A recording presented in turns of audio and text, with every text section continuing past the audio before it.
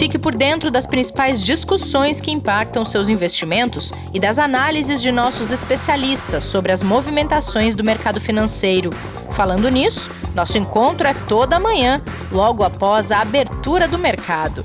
Entre nos canais oficiais do Itaú Personalité e envie suas dúvidas sobre recomendação de investimentos.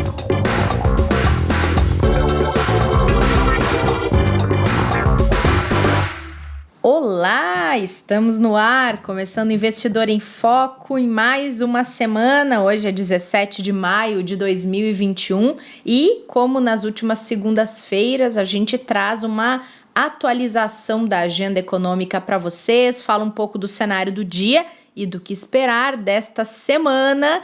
As últimas foram recheadas. Será que essa vai ser também? Sei que aqui no Investidor em Foco vai ter muita coisa bacana para vocês acompanharem. Vem com a gente. Kleber, tudo bem por aí? Bom dia, Rê, tudo bem? Um ótimo dia para você, uma ótima semana também para todos os nossos ouvintes, nossas ouvintes.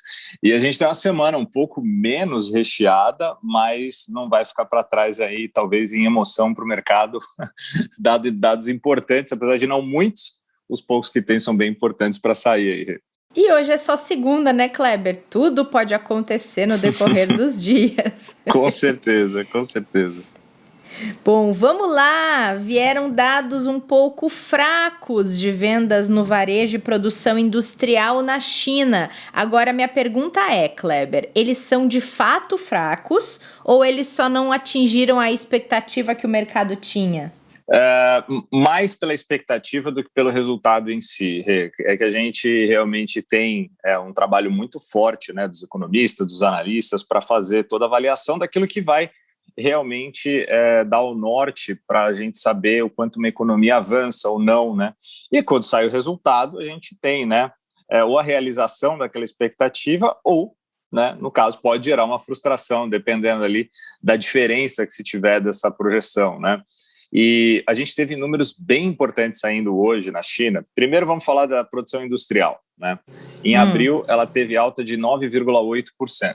Previsão era de 9,1%. Então acabou sendo, na comparação anual, esse resultado, tá? Melhor do que o mercado aguardava. E em março, na comparação mensal, né, de abril com março, o avanço foi de 0,52%. Veio em linha, resultado positivo, e a gente já vem comentando muito aqui, e todos os economistas que a gente sempre conversa colocam realmente que a produção industrial na China é algo que dificilmente vai ter um recuo, dado a demanda que a gente vem olhando, tá?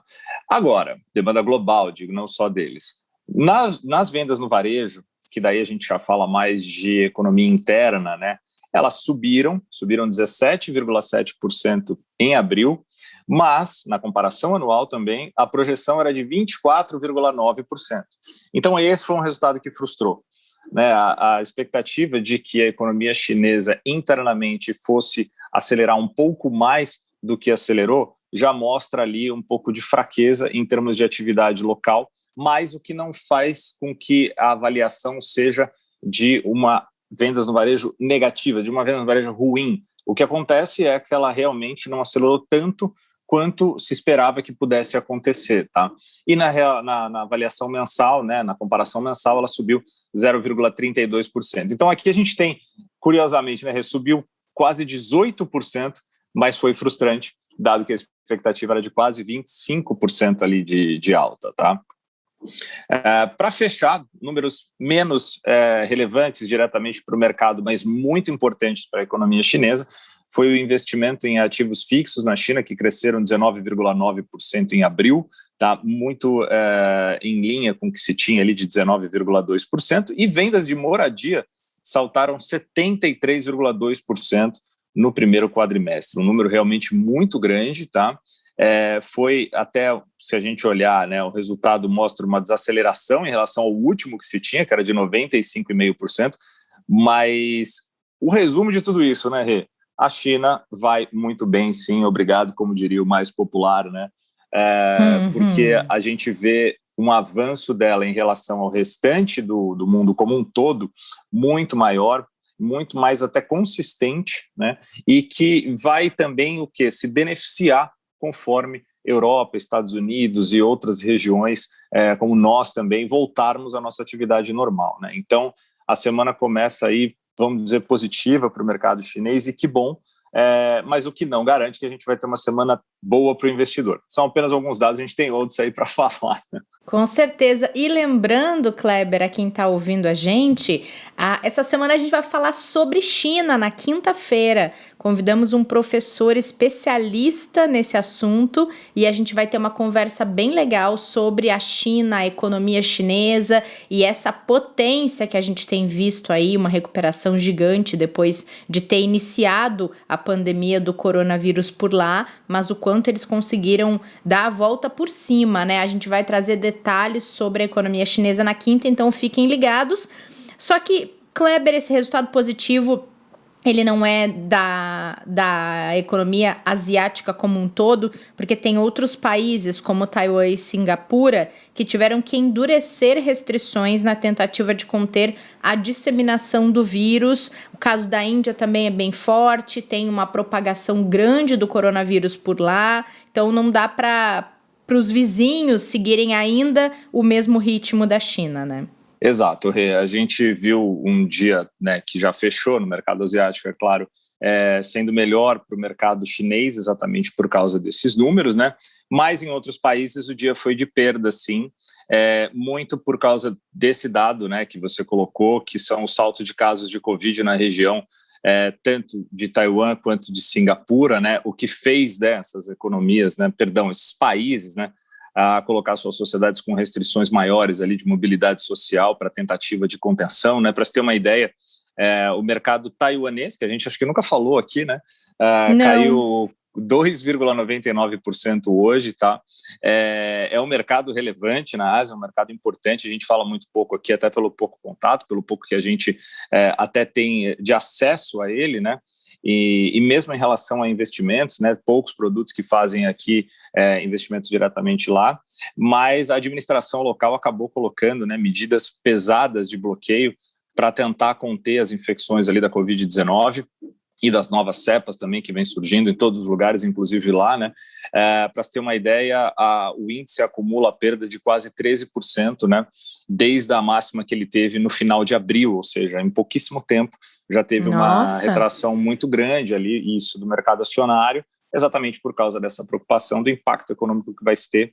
E a gente está falando depois de mais de um ano do início da pandemia, né? Então realmente é muito grave. Em Singapura, que é um lugar realmente, quando a gente fala de economia, muito diferente do que a gente está acostumado, né?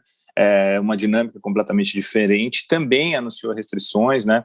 A reuniões públicas, outras iniciativas que eles estão fazendo para conter. A Índia continua alarmante, né? A situação lá ainda continua muito grave, gerando temores também de recuperação econômica, então, para a Ásia como um todo. Então, claro que a China, que é o grande vetor, né, é o motor mais forte, potente ali da economia asiática, mas todas essas outras economias juntas passando por problemas pode acabar impactando um pouco a região. E essas medidas de restrições, sem dúvida, vão trazer reflexos econômicos, mas elas são extremamente necessárias dados os números que realmente estão muito ruins do ponto de vista de disseminação lá do vírus ainda, infelizmente, né? É verdade. Enquanto isso, no Reino Unido, que tem mais da metade da população vacinada, pubs e restaurantes devem reabrir os espaços fechados, assim como museus e cinemas também voltam essa semana. E mesmo assim, o primeiro-ministro Boris Johnson fala em reabertura cautelosa, temendo novas variantes do coronavírus, mas não é a Europa toda que está vivendo esta lua de mel, né, Kleber? Tem países e vários países que não estão num nível tão acelerado de recuperação e vacinação como o Reino Unido, né? Exato, Rê. E nessa semana a gente vai ter uma indicação exatamente dessa aceleração, né, e dessa movimentação em termos de atividade econômica quando sai o PIB do primeiro trimestre da zona do euro, né? Então, a terça-feira vai ter como principal informação esse dado para a gente realmente enxergar e ter um pouco mais de subsídio para ver o quanto o primeiro trimestre teve de avanço, né, com as restrições de mobilidade sendo reduzidas, com as reaberturas das economias, não só no Reino Unido. O Reino Unido foi o que conseguiu ser mais célere nesse processo, mas várias outras regiões também abriram, e economias importantes como França e Alemanha têm um peso muito grande no PIB da zona do euro, e que ali sim a gente vai conseguir enxergar, até porque o Reino Unido está à parte disso, né?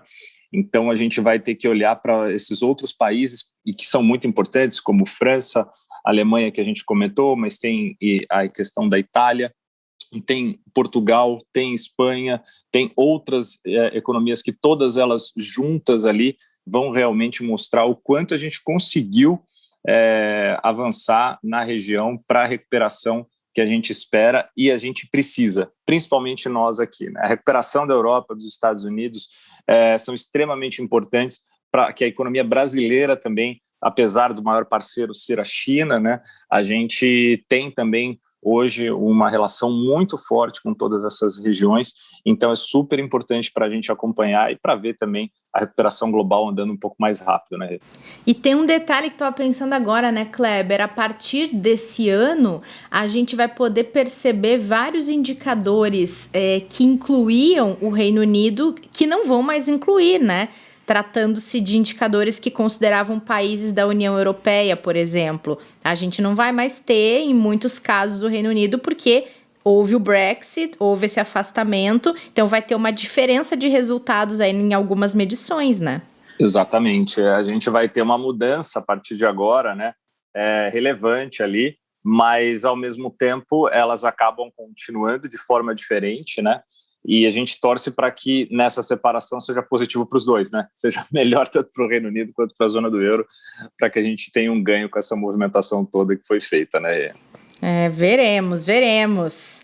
Nos Estados Unidos, expectativa pela divulgação de resultados da indústria. Isso vem hoje, Kleber? Isso, já saiu agora há pouco. A gente teve na semana passada a produção industrial, né? Que saiu e que veio mais ou menos em linha com o que era esperado, e hoje a gente tem um índice importante lá, que é o índice Empire State, que mede as condições de negócio para as indústrias na região de Nova York. Tá? A produção industrial norte-americana saiu na semana passada, mas essa que é mais regional, mas muito também divulgada e relevante para o mercado, acabou saindo com queda, né, ante o que a gente tinha no mês anterior. Ela veio com 24,3 pontos em maio, sendo que no mês passado ela foi de 26,3 pontos. Eles esperavam até que a gente tivesse um resultado um pouquinho melhor, chegando ali em 24,8 pontos, mas era sim a expectativa de que a gente tivesse uma queda natural pelos últimos movimentos que a gente teve da indústria na região por lá. Então, quando a gente olha até para trazer um pouquinho, né, leituras acima de zero, né, indicam que mais companhias estão divulgando melhores condições, enquanto valores menores indicam o contrário, né? Então, quando a gente olha para esse dado, acho que é relevante trazer o seguinte: para o Fed, 37% das empresas do setor industrial que foram consultadas para colocar esse indicador, né, para gerar esse indicador, registraram melhora nas condições de negócio, enquanto 13% apontaram piora. Ou seja, a gente vem acompanhando exatamente pela movimentação de imunização muito forte, com praticamente agora quase mais algumas semanas, aí, dias, a população inteira vai estar vacinada, né? Nos Estados Unidos, muitas regiões lá liberadas até a utilização de máscara e outras coisas. Teve até uma publicação nesse final de semana do presidente Biden dizendo, né, ou você se vacina ou você usa máscara, você escolhe. Se você vacinar, você vai poder parar de usar máscara, né? Já numa aceleração muito grande ali nesse sentido. Então, a gente vê uma parte da indústria conseguindo voltar à sua atividade normal, o que é muito importante para a economia norte-americana. Verdade, para todas, né, Kleber? Tomara que a gente consiga vacinar de uma vez. Bom, por aqui, relatório Focus eleva projeções em mais uma semana seguida para a nossa economia. A gente viu uma mudança de alguns aí bem interessantes. Quando a gente olha para Focus, né, a gente está falando, só para lembrar, né, para quem estiver ouvindo pela primeira vez, da mediana, né, dos bancos, das casas de investimento, das áreas econômicas que vão fazendo projeções dos principais indicadores aqui, né? Então, quando a gente olha O PIB, por exemplo, teve uma melhora até que significativa da semana anterior para essa, subiu para 3,45 para o ano de 2021 na mediana. Muito por quê? Por causa do IBCBR da semana passada, que apesar de negativo, veio bem melhor do que o que se esperava de queda, né? O mercado tinha uma queda lá de 3,4% esperado, ele veio de 1,59%, então deu sinais de que a gente deve ter um primeiro trimestre no PIB local melhor do que se colocava, e com isso a gente deve ter uma projeção melhor para o restante do PIB ao longo do ano. Inclusive nós aqui do Itaú mudamos a nossa projeção agora para o PIB no final do ano para 3,7%, ou seja, contribuímos para essa mediana do relatório Focus aí mudar também. Enquanto para 2022 a gente já vê um recuo natural, né, dessa velocidade de atividade econômica, até pela recuperação desse ano, onde a mediana está com 2,38. E o outro dado que foi interessante, a mudança, foi a Selic para 2022, que avançou para 6,5% na mediana. Nós aqui continuamos acreditando em 6% para o final do ano que vem.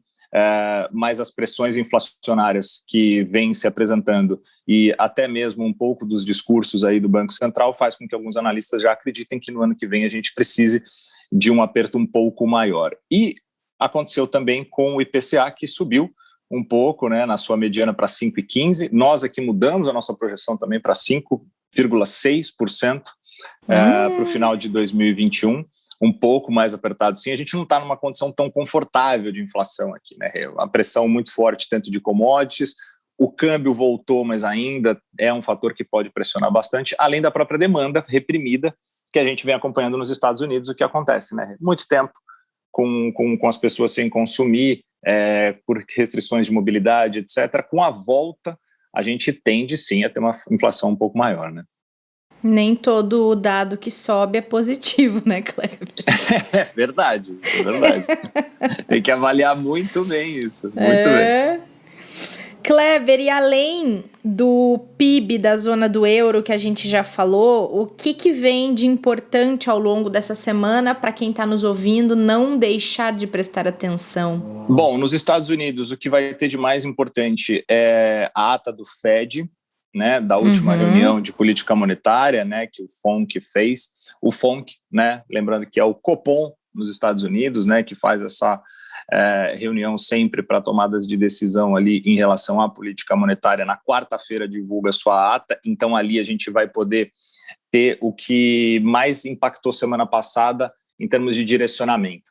Qual que foi o grande problema da semana passada no mercado, né? E com os dados de inflação que saíram muito acima do esperado, 4 vezes mais do que se esperava, a gente começou a ver os economistas todos colocando em dúvida se os Estados Unidos vai manter os estímulos, né, no Banco Central vai manter a quantidade de recompra de ativos e outros estímulos que ele vem fazendo pelo período que se espera, que é um período mais longo, né? Então, essa ata pode trazer mais indicações sobre isso, que pode ser positivo ou não para o mercado, a depender do que eles apresentarem, tá? Do mais, a gente tem números de atividade industrial, né, e de serviços que a gente vai ter ali de PMI saindo também por lá. No Japão, na quinta-feira, também vai sair dados importantes de PMI. Alemanha, zona do euro, Reino Unido e na sexta-feira, Estados Unidos também apresentam os seus números, tá? O índice de atividade industrial do Empire State que a gente anunciou hoje, que era algo também importante que o mercado aguardava, e do mais a gente fica aqui no Brasil acompanhando, né, a CPI da Covid, que continua rolando em Brasília, né, e outros pontos relevantes sobre a agenda econômica que podem surgir aí ao longo dos próximos dias em relação ao andamento de reformas, principalmente tributária e administrativa, que estão na pauta ali. Muito bom, muito bom. Kleber, deixa eu te fazer uma pergunta de bastidor, enquanto ouvinte do Investidor em Foco. Ok. Quantas abas você precisa abrir no seu navegador para acompanhar todas as perguntas que eu te faço ao longo do podcast e que você consegue responder com agilidade? Para isso, você deixa o seu navegador completamente enlouquecido?